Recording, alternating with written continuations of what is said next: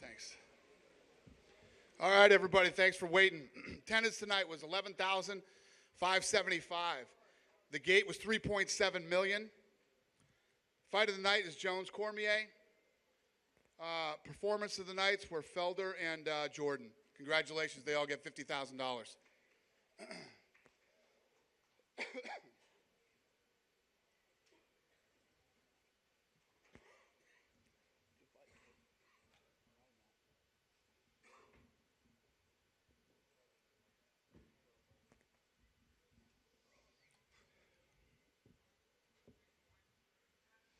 Go ahead, buddy. We'll start with Cowboy if we could, please. Obviously, a dominating win for you tonight, but couldn't help but notice you looked kind of disgusted as you walked past press row. Tell us about your take on the fight. I just upset, completely upset with I'm a guy that I don't like hearing boos. That's not me. My legacy is I want to be fighting my ass off every time. So I don't consider that a win. I'm upset with my performance, and I'm going to go watch the tape and figure out what I need to do to capitalize if that happens again, So very upset with the performance I put in tonight, and I apologize to everyone that was watching and the hype that was behind all that. There's obviously you always fight with intensity, but there was a look on your face as you were throwing those leg kicks to close the fight out. Do you remember what was going through your head at that time? You looked pretty more angry, I think, than I've ever seen you in a fight. Oh, the fuck you kicks? Yeah, those were that's what that was. That was everything. I was either trying to kick and break my leg or his. I was very upset. And last thing I have for you, it seems like the only fight that makes sense in terms of ranking is Khabib Nurmagomedov, but it is a couple months away from being out. Is that a fight that you'd be willing to wait a bit longer, or are you just trying to book something right away? What fight makes sense to you right now? Hopefully, he just signed Dos Anjos, so that's a no-go. But Denver, Colorado in a couple weeks would be fucking pretty cool. That's my boy. And I couldn't disagree with him more, by the way. I think that he went out. Miles Jury is a very tough kid, and Cowboy shut him down today. I think the jiu-jitsu in that first round blew Jury's mind. He didn't see that coming, and then his offense basically shut down after that first round. And Cowboy was moving forward. Cowboy was doing what Cowboy does, so I disagree with him. For Hector, quickly, obviously kind of a weird fight tonight. You said you thought Berkman would be running. He definitely was backing up the whole time. What did you think about the fight? Were you happy with the way it turned out, or were you a little disappointed? I'm a little bit disappointed because, I was expecting that he was going to try and bang with me, but, he didn't. So he's always had to, fight a guy who's running all the way and stuff like that. But I proved that I can stay 3 rounds the same pace, and you know, let's see what happens in the future. And Dana, I know that obviously don't matchmake afterwards, but you are in need of somebody to face Matt Brown. He had said that he'd like to. The performance a little underwhelming tonight, maybe. Is he in the running for that fight, or do you guys have another plan? Well, he's the number 6 ranked guy in the world. I mean, he's one of the top guys in the world. Cowboy will do it. And we'll see what happens. We'll see what happens. And just last one I have is for Brad. Obviously, a big win for you. I know you needed a win. This was against a marquee name. Looked like your wrestling was much improved. I mean, has that been a huge focus of yours? And just talk about how you felt about the win this evening. Definitely felt good. I dropped 2 last year, so great to be back in the win column. My wrestling is always there. People don't really get to see it a lot, but it's there. It's been there, and I work on every aspect of the game. Dana, to your right. I wonder if you can comment. It seemed like the fight in the main event was fought the style Cormier would have wanted the fight, and if you had drawn it up for him, and yet Jones won in kind of in fairly convincing fashion. Your impression of his performance and the conversation we had in the room downstairs the other day about whether he surpassed Anderson, does that change it in your mind at all? Well, the other conversation that we had in the room the other day is I thought there would be a feel-out period in the first round. All the shit had been talked, all the thing. There was no feeling out in that fight. They went for it from the minute the bell rang. One of the best first rounds I've ever seen in a title fight. And Cormier was doing good for the first 3 rounds. I mean, he was working in his inside when they got in the clinch. Big uppercuts, throwing punches. John Jones has so many tools and so many weapons, and Cormier literally took everything he had tonight. John Jones, it's just so hard for me because John Jones is so young and has so many more things to accomplish, but he's beat the who's who. He's cleaned out the division. He's breaking records. And if this continues, probably the greatest ever.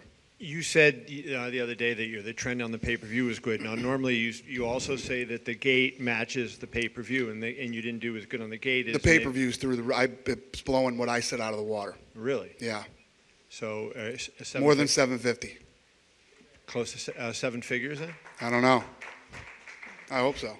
That'd be awesome. The other, can you put John in perspective in terms of anybody out there that could potentially beat him? When you look at his overall game, Gustafsson gave him that close fight. The word out there is that maybe John didn't really train seriously for that bout.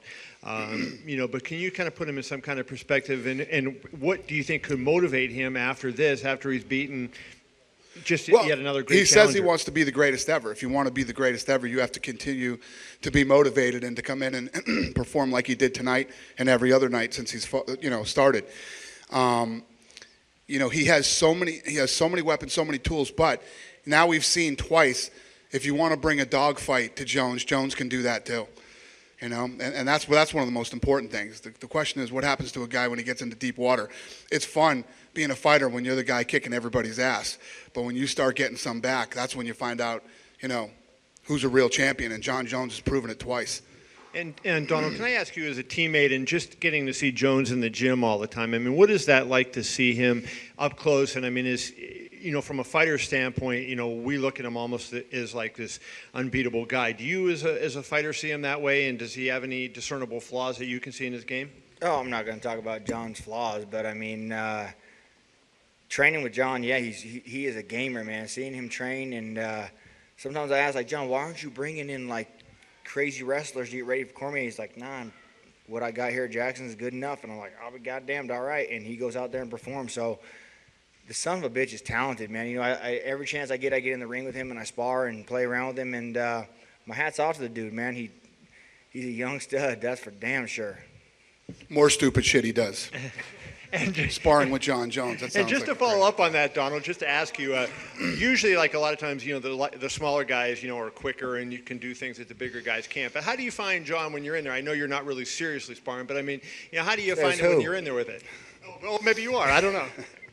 I give it hell every single time. So that's John and I have a good relationship. We're not trying to hurt each other, but I go after it and hopefully give him looks that he's never seen. And likewise, he throws a bunch of crazy stuff. He plays with me. He's a lot heavier than me, and if he wanted to turn it up, I'm sure he could injure me. But like I said, we're teammates, and that's that. Question for Hector Lombard back over here to your right.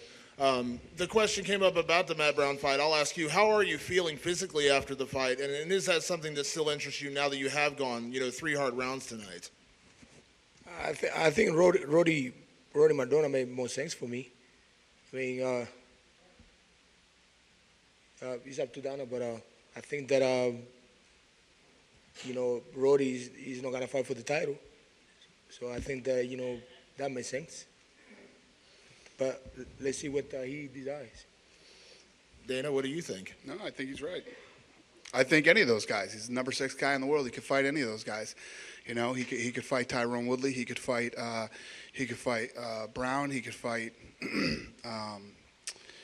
Rory. Any of those guys. We'll see what happens. And Dana, we know the next fight for John Jones is going to be the winner of Gustafsson Johnson. I know you confirmed that when you were on Fox Sports 1. But after that, I mean, I know it's big if, but if Jones goes through that, I mean, are there still challenges for him at light heavyweight, or do you feel like his future does lie at heavyweight? Are there challenges after fighting one of those guys? Like, is you said he kind of cleared out the division. I mean, you see. Well, he's beat the who's who. I mean, he's definitely. I don't know. We'll see what happens. I mean, in this sport, every time you think there's not another guy pops up. So right now, these 2 monsters are going to fight, Gustafsson and Johnson, and we'll see who wins that, and we'll go from there. And I don't know if you saw or not, but it looks like the heavyweights are already looking at him. Fabricio Verdum tweeted out earlier, and he told John Jones, impressive performance, but you better stay in your division. So it seems like the heavyweights are already watching John Jones, at least right now anyways. They should be. Yeah, he's a big guy. I don't know how long he's going to want to make 205 or if he'll ever want to make that jump to heavyweight. I'm sure he'll want to. And one question for Kyoji Horiguchi. Obviously, impressive win tonight, undefeated in the UFC. Where do you feel like you fit into this title race? Seems like you may be right, in that mix now, maybe one, if not, right there for the title. 今日素晴らしい試合で4連勝目を挙げたわけなんですけども、タイトルレースで今自分はどの位置にいると思いますか？まだやっぱ下の方で全然まだまだです。I need to go a few steps more to face the title shot because I need to improve more. This question's for Cowboy over here. Donald, you've talked before about, first round slow starts, feeling out.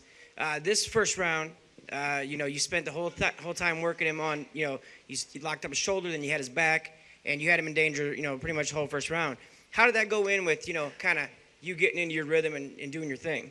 My warm-up was a lot different. I brought Bam Bam Healy in, a guy, former UFC guy, and we did about 3 rounds during the Marquardt fight and pretty much fought and got ready. So I was coming out round 4, ready to go. So trying to figure out what I got to do to come out guns blazing. And, yeah, I felt solid. Had a great sweat, ready to go. I didn't know someone was going to wear their Nikes and run the whole fight, so I was definitely upset. And you said you've been plenty vocal before, and with, the Pettis RDA fight being made tonight, you've never been really so concerned where you're at in the standing. You just want to keep working, and I assume that's probably still true, right? Like that's just whatever you could do next, right? Yeah, I mean, if Dana says you can fight in Denver and get another paycheck, I would fucking love it. And my next question is for Brad. You had your winning streak. You had a setback, 2 setbacks in a row. How much pressure did you feel coming in tonight, against a name like Marquardt to get that victory? There wasn't anything different. It's just another fight, but it definitely does feel good to be back in the win column. I hate the taste of defeat. That last fight against Boch, is one of those things, like, I lost, but I felt like I dominated him the whole fight up until he caught me, and it happens in this sport. You get caught, And, with Marquardt, and like Boch and Marquardt, I know you've wanted bigger names now, and do you think you're going to keep getting bigger names as you go? I mean, I imagine that's where you want to be too, right? Sure. I mean, whoever they want me to fight, if it makes sense, let's do it.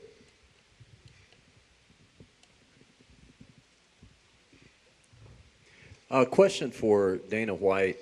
Dana, it would seem that tonight, because of the test that John Jones was given and still coming out on top, that indirectly the Alexander Gustafsson stock would have probably risen tonight, given what he was able to do with John Jones in his first fight. Would you say that in terms of anticipation for him taking on Anthony Johnson and then a possible rematch of John Jones, that he benefited in retrospect? Yeah, I don't think that Gustafsson's stock ever dropped. I think that Gustafsson became a huge star after that fight with John Jones. I tell these guys that all the time in the fighter meetings. I mean, after that fight, the EA Sports did that cover vote, and he smoked everybody. He smoked Ronda, John, Anderson, George St. Pierre, everybody. So I don't think his stock has dropped since that fight. And we all know this fight was supposed to happen with him and John a while ago, but he got injured. And all it did really was now just set up this big, Rumble Johnson fight. But I don't think his stock ever dropped. I think his stock has been up there, and people have been waiting a long time to see that fight. Question for Donald Cerrone. Donald, you obviously earlier expressed your frustrations with Miles Jury not wanting to engage. At the end of the fight, the kicks did seem to come out of frustration, but it also got a big ovation from the crowd. I know you're expressing frustration at that point, but are you also aware that you're maybe at least putting an exciting punctuation on a fight maybe the fans weren't able to really get into previously? At that point, I was just tunnel vision, thinking murder. That's all I could think. Yeah, just kick as hard as I could. That's all I thought. Wasn't going after fans, or it was just fuck you. That's all I could think. And finally, question for Daniel Cormier. Dan, obviously the judges scored the fight 49-46. I think quite a few of us here on Press Row informally might have had it closer than that. A lot of us 48-47. Did you think the fight was closer than it was reflected on the scorecards? Man, I actually have no idea what's going on inside of the cage. I usually ask my coaches, and I was aware that I was losing. I thought the first round he did well, and towards the end of the round I started kind of gaining a little momentum. I thought second round I fought pretty well. Third round I thought I started the round well and didn't finish the third round very well. Fourth round I took it off. He won that round going away. And in the fifth round, I think neither one of us did much at all. We just kind of hugged each other for 5 minutes. But that's what happens when you fight as hard as we did. So, he won the fight. I don't know how to judge a fight. So, I know I lost, and John won. That's pretty much all it boils down to. It doesn't matter if it's closer or if it's not. He won the fight.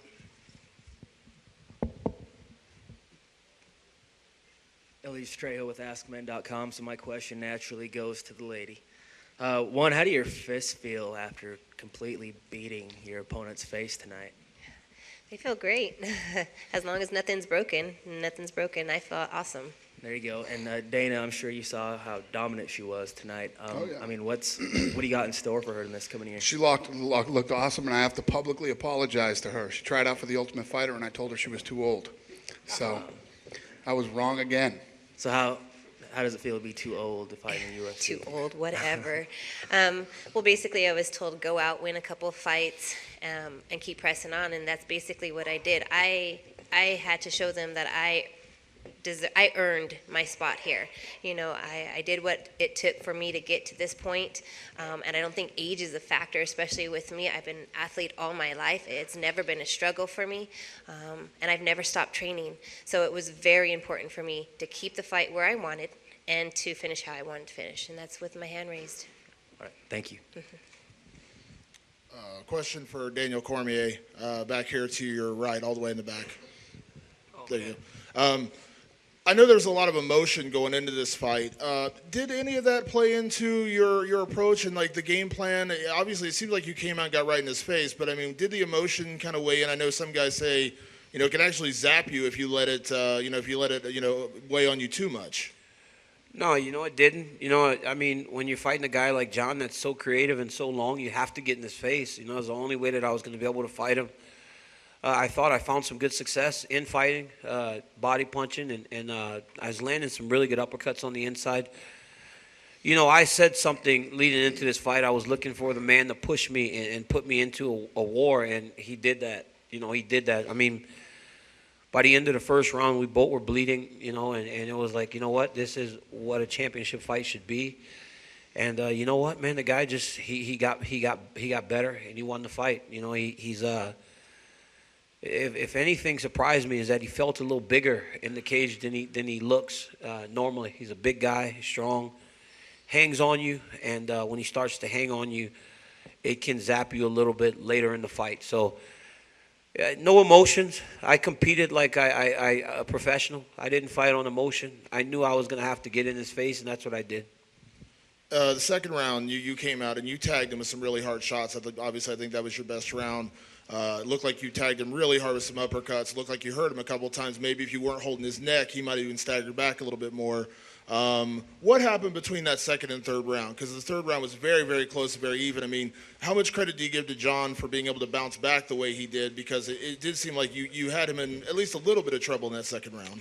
Well, I mean, he you know, he has a champion spirit, and he showed that. You know, the third round, you know, you kind of start to see momentum of a fight, you know, and if the second round was my best round, it was because at the end of the first, I started doing a little better. Third round, he was able to actually, I thought it was going to snowball, but then he just took the momentum back. And then once he took the momentum back, it was difficult to switch it again because he's, you know, again, he's a champion. And the one thing I thought he did a better job of tonight was as he was backing up, he was actually countering. That's something he had never done before. So even after so many title defenses, you start to see little wrinkles in his game, and I thought that was the key. You know, he did a good job of actually landing punches as I was pressuring him. I didn't expect that. And question for John. Congratulations on the win. I know there was a lot of bad blood with you in DC. You said it even in the post fight and everything, but at the end of the day, do you still respect him as an athlete? I mean, he came in and gave you a fight, went 5 hard rounds with you. I mean, how do you feel about his performance? You know, can you separate that from the personal feeling? Yeah, I thought he had a very good performance out there tonight. Absolutely. You know, my lips swollen, my eyes fat. It was a 5-round fight. It was entertaining. You know, he had some great flurries in there. And as an athlete, how can you not respect a guy like that? You've had personal battles before. I would say maybe the closest one to this one is the Rashad Evans fight. You know, a lot of things were said before that one. How much did that play into your performance? You seemed confident. You came out there and, you know, you looked loose. You were actually, I think somebody said you were in the crowd even before the fight signing autographs or something. So, I mean, how did all the emotion, everything weigh in? It seemed like you maybe had one of your best performances of your entire career tonight. Yeah, thank you. Yeah, I was in the audience. I tried to sign autographs at each entrance of the arena. That was, you know, I was cold for some reason. I couldn't get going. I was like, ugh. My coach asked me if I wanted a sip of coffee, and I was like, no, I don't want to mess with my system. So I went out to the arena, and I drew energy from the fans. And, you know, seeing the fans before the fight, you know, they just did not expect to see me in the audience. And I heard one person started crying. So, I mean, how does that not energize you? I went back into my locker room, and I just felt so much better, and I was just like, yeah, this is my arena. But, yeah, you know, I'm fighting tough, scary dudes is what I do. And, you know, a lot of people said, John, you seem more calm and relaxed and just having fun more than ever. And I've accepted my job. I accept that it's not going to be easy, but I know that I have the cardio to last. And as long as I don't get knocked out, I'm going to be there in your face no matter what you do to me, fighting you back for 25 minutes. So it's almost like accepting death. Once you're not afraid of death anymore, you can just kind of have fun and do your thing. That's where I'm at right now when it comes to MMA. And last question. You know, going into this fight, you said very openly your goal is to be the greatest of all time. And why wouldn't you want to be the greatest of all time? Absolutely. A lot of people, and myself included, felt, you know, DC was the guy. He was the equal. He was the, you know, a heavyweight who came down and was, you know, just an incredible fighter. He pushed you, but you still ultimately won. Do you feel like you did take a step closer towards that ultimate goal of where you feel like you are the greatest of all time? Because again, I really do believe DC was, a big test. Yeah. My plan is to become the greatest fighter of all time, and it's so feasible. It's so attainable. All I got to do is just stay focused and keep believing just the way I believe, and to keep working. And I do believe 2015 will be the year I solidify it. Big thing that I'm excited about is getting back to Albuquerque. I do not train in between fights, and that's pretty well documented. I'm sure a lot of people have seen pictures of me having this big gut, things like that. And normally I get back to Ithaca after a fight and hang out with my buddies. I have guys over. We play video games all day in my little movie room or whatnot. And I become a full-time dad. And now that I live in Albuquerque, man, it's going to be huge. This next fight is going to be something else. I'm going to get right back to strength and conditioning. We're going to actually start working towards a black belt and jiu-jitsu. And I get to work on things. I'm so excited for this development and for this maturity that I'm getting ready to start going through, training in my off-season. Expect whoever I fight next to have their hands full. Daniel Cormier, as tough as it may be, please describe this moment in your life. It's very difficult. I've worked so hard to try and become a champion at the highest levels for a really long time, and it hasn't really worked out for me. This one's tough. I truly believe that I can get the job done. I thought I could get the job done, and as we were fighting, it still felt pretty good. And then I can't say enough about his mentality inside of that octagon. I've shared that cage with some very, very strong men and some very big men, heroes, superheroes, and I can't say enough about his grit and his determination, because I pushed him, and I went after him, and I fought him, and he did a great job, but difficult. But man, I've had to rebuild myself a number of times like people can't even imagine. And this is no different. This is not gonna ruin me, one way or the other. I'm gonna stand across the cage from that man again, and I'll believe just as I did tonight, and I'll take the fight to him again, I guess. Thank you for being so candid. And last, how do you feel?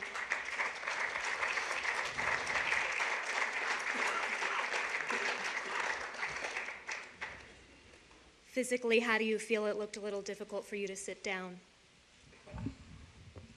I'm all right. I've got a knot on my leg. That's why I was walking a little slow, but I'm fine. He got me with a good shot in the body in the first round that made it difficult. And John and his coaches did a great job of coming up with a game plan. Early in the fight, he was hitting me with left hooks or right hooks to the body. And as the fight progressed, he started throwing them a little straighter, and that knee actually. That knee really did take a lot out of me early, I guess, but I feel fine. I'll take some time and spend some time with my children and my family, and then I'll come back. Question for John. Congrats, John. The fight, I think if people would have mapped it out and they knew it went this way, they would say it might have favored Cormier, and yet you won the fight, in a style that might have favored him. Do you get any more, joy out of the victory, beating him essentially at his own game? Yeah, absolutely. My wrestling coach, he is a collegiate wrestling coach right now. Where a lot of these coaches in MMA, they focus on MMA wrestling. My coach, his high school wrestling team is ranked 10th in the nation, and they have been for several years, Izzy Martinez. So Izzy's very connected to the wrestling community. And, he said, everywhere I go, man, all the tournaments, everyone is rooting for DC. He was like, the whole wrestling community is against you right now. And we have something to prove, John. We have to show these guys that if you went D1, that you would have been a national wrestling champion. If you would have went for the Olympics, you would have placed at the Olympics. We have to show them that you used your gifts for MMA and not wrestling. Because your dream got cut short and you had a kid and you had to give up wrestling doesn't mean that you can't wrestle with these great wrestlers. So we had a chip on our shoulder, and our goal was to go out there, have faith in our wrestling, and to take him down, and to earn the respect from the wrestling community. So I applaud my coach for building up my belief and believing in me. And as far as beating him in somewhat of his own style, I watched him fight so much that I actually absorb who he is. I absorb grinding. I absorb, I watched him hold my boy Frank Mir against the cage, and I was just like, I see what you're doing there. And just watching my opponent so much, I start to subconsciously inherit their talent and their gifts. And so a lot of times you see me do exactly what they would want to do to me, I'd end up doing it to them. I am proud to say that this team is unbroken. So everyone who brought Breaking Bones shirts, you saw what happened. Feel free to buy yourself an unbroken shirt from Reebok. I felt like we were the king of the grind tonight. We work hard at Greg Jackson's, working in the desert, man. In order to hang out in the desert, you got to be tough. The animals that live in the desert are tough. The plants that survive in the desert are tough. My boy Cowboy here is a bad mofo. So we embrace the grind. We are the king of the grind. Today, our team went 3-0. 4-0. So, if you guys want to be a part of the best martial arts program in the world, feel free to join Jackson's MMA. And John, you referenced a couple times in it. That was Greg. Kidding. Go ahead. John, you had referenced a couple times earlier that 2015 might be the year you get recognition as the greatest fighter ever. What is it that you think you need to do to get to that point? And do you think that Anderson right now has that, or is it somebody else? Anderson, I'll start by saying he's a guy I respect tremendously. I've been looking up to him since I was about 19, 18 years old. I've studied all of his fights, and I really want to model my career after him. Anderson has won so many world titles, and you can't discredit what he's been able to do. At the same time, with that being said, with all due respect, I believe that I've had the toughest resume in this history of this sport. I've fought so many amazing athletes. So many times people thought I was going to lose. I will give Anderson and George being above me. I think that attitude will keep me honest. It will keep me determined and driven. I'll keep that as my psychology until it can't be argued anymore. 2015 will be my best year. Like I said, I'm getting ready to move back to Albuquerque and get right back to work. I'm excited to see what this does to me. One more question for you and one for Dan. A lot of people think, your future is at heavyweight, and a lot of people have talked about a fight with you and Cain Velasquez as it would be one of the great fights of all time. But I heard you said on TV something about fighting at middleweight, and I don't know, obviously I didn't hear what you said, but can you tell us what you said and what your thoughts would be on taking on Velasquez at heavyweight, and then, if you can just elaborate on what you meant by making 185. To be honest, I would fight Cain Velasquez in a heartbeat. I really would. I would love to fight AKA's best athletes, and I believe I could defeat them all. I believe that our team is the best team in the world. With that being said, my maturity has allowed me to make weight a lot easier. This camp, around being 3 weeks outside of the camp, I started having to eat more and forcing myself to eat more to keep my weight up. I was losing weight too fast, and that's a testament to hard work, focus, discipline. So fighting at heavyweight would be surely to entertain the fans, and it would have to be against the perfect opponent. Making 205 is not a challenge for me at all. It hasn't been a challenge for me. For a long time, I've been criticized for being too big for my weight class, and I think it's an excuse of people who don't understand my success. I'm not too big for light heavyweight division. I'm built the way I'm built. I have very skinny legs, but I make weight just fine. So I am a true light heavyweight. I will be a light heavyweight for a long time, and yeah. Thank you. And Dan, if I could just ask you, everybody was talking to you about the difficulty of getting past John's kicks and being able to get inside. Had you known you would have been inside so much of the fight, could you have understood this outcome coming this way if you had known that you would have spent so much of the fight clinched up with him and close to him? Um, well, I mean, that was my intent, was to be close. You know, it was. I think we make a lot of. I think we make a lot of. We talk a lot about reach and stuff, and even on the outside, you know, we were kind of trading jabs and stuff. So it wasn't as big a deal. I think it's more his tactics and everything. You know, he has a way of making himself feel actually bigger inside of the cage. It's not his height or anything. You know, his abilities that makes him hard to deal with. But it was my intent to get close, so I prepared for it. If anything, you know, I didn't feel like he was going to be able to wear on me as he did, and that's what he did his most success, I guess. John, there was so much focus about the talk that you guys had previously about you saying that you bet you could take him down. Do you think people and perhaps even judges were watching whether you could take him down, and when you did, do you feel that kind of, especially doing it multiple times, sealed the win for you tonight? You know, I think a lot of times I visualize the fight. I played it in my head so many times, and it went different ways every time I looked at the fight mentally. And I came up with the conclusion that me getting the first takedown would set the tone. I believe that Daniel, through all of his interviews, he really put a lot of eggs in the basket of being able to take me down.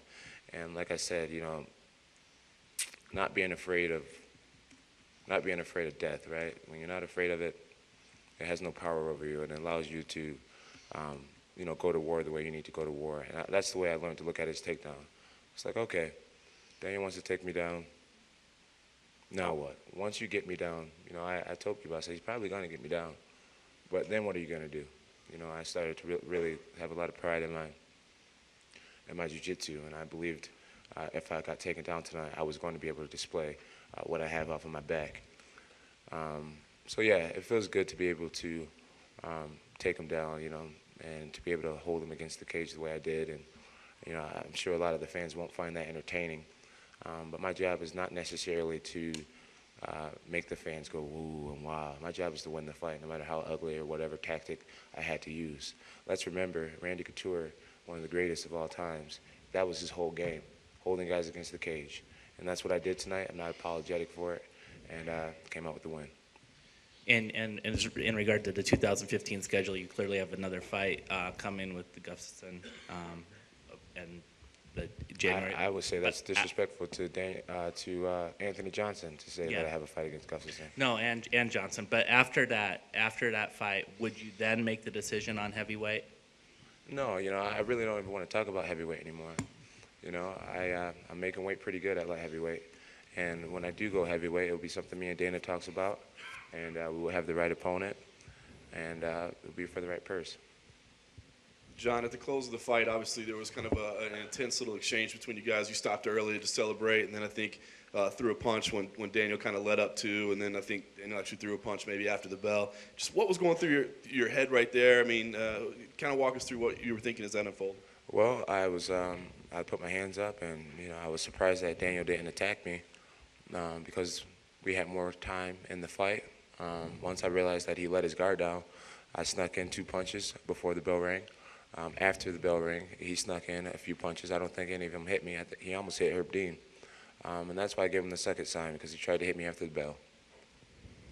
And on the post-fight show, you had some kind of intense words. You know, kind of said, listen, I don't like Daniel Cormier. I don't respect him. Hope I can fight him again so I can whip him.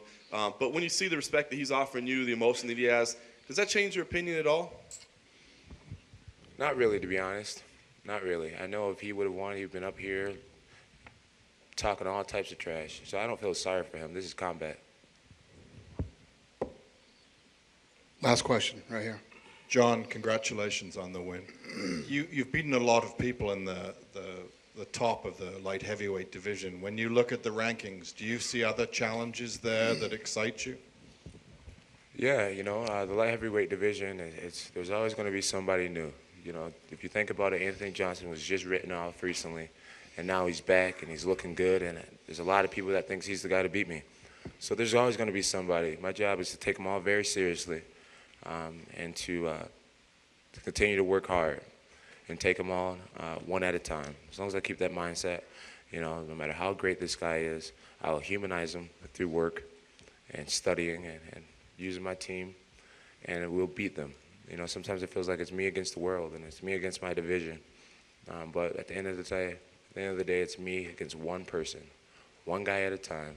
Fortunately, I get several weeks and several months to know who I'm fighting and prepare for them. And I'll keep taking them down, one guy at a time. Thank you guys very much. Have a great weekend.